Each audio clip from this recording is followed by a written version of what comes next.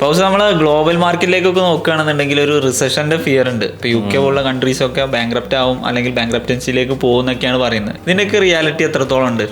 Bankruptcy എന്നുള്ള വാക്ക് ഒരുപാട് കാട് കയറിപ്പോയി അർജുനെ. ഡെഫിനറ്റ്ലി UK പോലുള്ള കൺട്രീസിൽ ഒരു എക്കണോമിക്കൽ അൺസ്റ്റെബിലിറ്റി ഉണ്ട് അവിടെ കുറേ വർഷങ്ങളായിട്ട്. ഇപ്പം കഴിഞ്ഞ കുറേ മാസങ്ങളിലെ ഒരു ന്യൂസും കാര്യങ്ങളൊക്കെ നമ്മൾ ഫോളോ അപ്പ് ചെയ്യണമെങ്കിൽ ഡെഫിനറ്റ്ലി അവിടെ ഒരു ഇൻഫ്ലേഷൻ ഉണ്ട്. ഒരു ഹൈ ഇൻഫ്ലേഷൻ്റെ പാറ്റേൺ ആണ് ഇപ്പോൾ UK യിലുള്ളത്. അവിടെയുള്ള സാധാരണക്കാർ, എസ്പെഷ്യലി മിഡിൽ ക്ലാസ്സിൽ താമസിക്കുന്ന ആൾക്കാർക്കൊക്കെ അവിടെ ഡേ ടു ഡേ ഉള്ള കോസ്റ്റുകൾ ഇപ്പോൾ താങ്ങാൻ പറ്റുന്നില്ല. ഡേ ടു ഡേ യൂസ് ചെയ്യുന്ന സാധനങ്ങൾ, അത്യാവശ്യമായിട്ടുള്ള സാമഗ്രികൾ, ഇതിൻ്റെ എല്ലാം റേറ്റ് ദിവസേന പോകും തോറും കുത്തനെ ഉയർന്നുകൊണ്ടിരിക്കുകയാണ്. മാത്രമല്ല ബാക്കിയുള്ള വെൽ ഡെവലപ്ഡ് ആയിട്ടുള്ള കൺട്രീസിനെ ായിട്ടൊക്കെ കമ്പയർ ചെയ്യാനാണെങ്കിൽ UK യുടെ എക്കണോമിക് ഗ്രോത്ത് വളരെ വളരെ സ്ലോ ആണ്. അതിന്റെ one of the main reason കഴിഞ്ഞ കുറച്ച് വർഷങ്ങളായിട്ട് അവർ പുറത്തുവിട്ടേക്കുന്ന ഡാറ്റ അനുസരിച്ച് അവരുടെ നാഷണൽ ഡെപ്റ്റ് വളരെ വളരെ കൂടുതലാണ്. അപ്പോൾ അതന്നെയായിരുന്നു എൻ്റെ ഒരു സംശയം. UK പോലെ ഇത്രയും വെൽ ഡെവലപ്ഡ് ആയിട്ടുള്ള കൺട്രിയൊക്കെ ബാങ്ക്രപ്റ്റ് ആവുമെന്ന് പറയുന്നത് നമുക്ക് അക്സെപ്റ്റ് ചെയ്യാൻ തന്നെ കുറച്ച് ബുദ്ധിമുട്ടാണ്.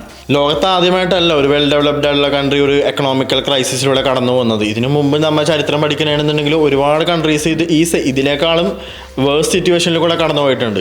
അങ്ങനത്തെ കൺട്രീസൊക്കെ ഒരു വെൽ ഫിനാൻഷ്യൽ പ്ലാനോടെ ട്രാക്കിലേക്ക് വന്നിട്ടുണ്ട്. ഡെഫിനറ്റ്ലി ഇൻ ദ നിയർ ഫ്യൂച്ചറിൽ തന്നെ UK ഒരു വെൽ ഫിനാൻഷ്യൽ പ്ലാനോടെ അവരുടെ എക്കണോമിക് സ്റ്റെബിലിറ്റി വീണ്ടെടുക്കുമെന്ന് നമുക്ക് വിശ്വസിക്കാം.